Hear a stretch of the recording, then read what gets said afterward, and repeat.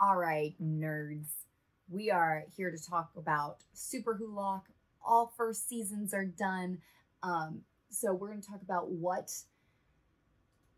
binds these shows together. Why did Superwholock become a thing? I have 4 points. The first one is a well-balanced partnership.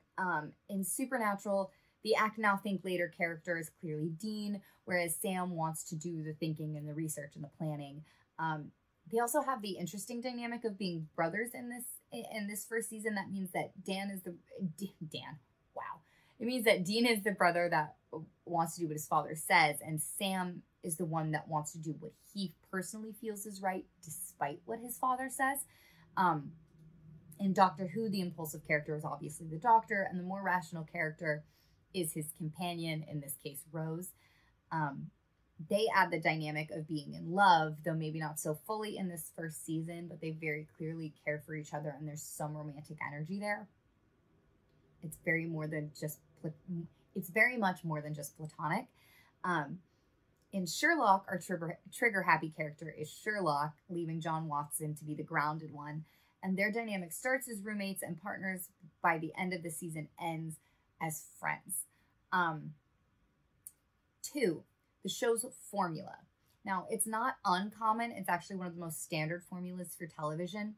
Starting with Supernatural, we have what would be referred to as a monster of the week. Storytelling element, all leading to the boys reuniting with John.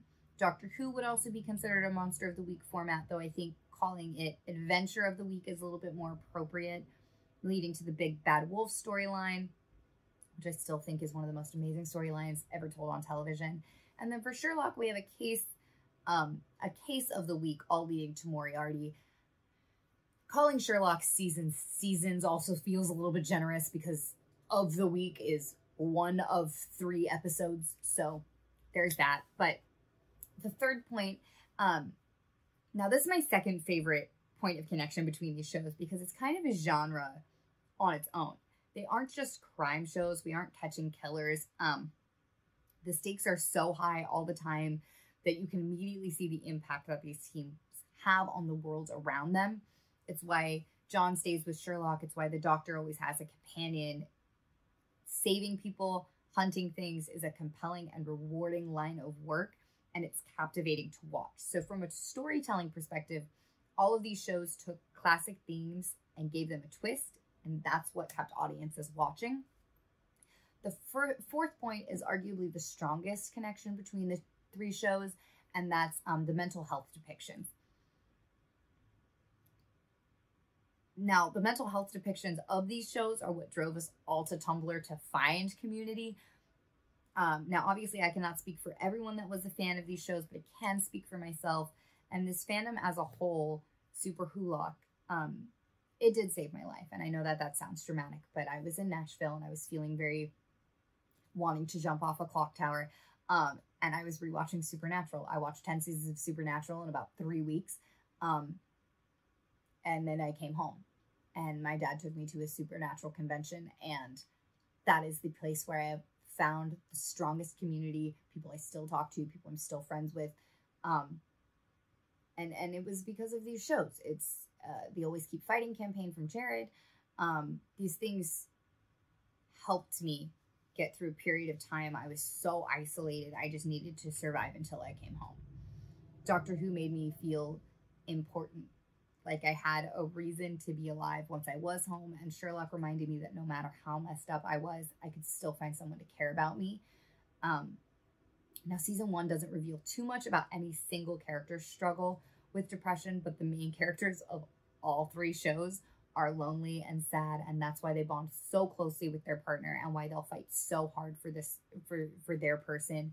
And it's also why I will never not love these shows. It also makes them very hard to rewatch, actually, because I haven't watched them outside of the context of being in very poor mental health. And I'm happy now. So getting through them is a little harder, but they're great shows. I think those 4 main points tie them together as a whole. Maybe not necessarily in that first season, but I will definitely come up with more points as this rewatch goes on. Like I said, I will only be doing it.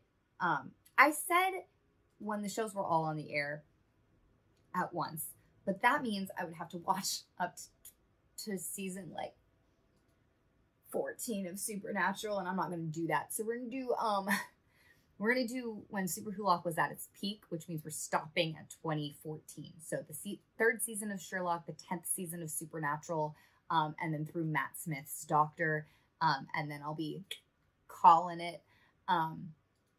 But we'll see some more points that tie these together, and really just what drew people, because I also think that's when people tapered off of the shows individually as well. So we can talk a little bit about that as well. Thanks.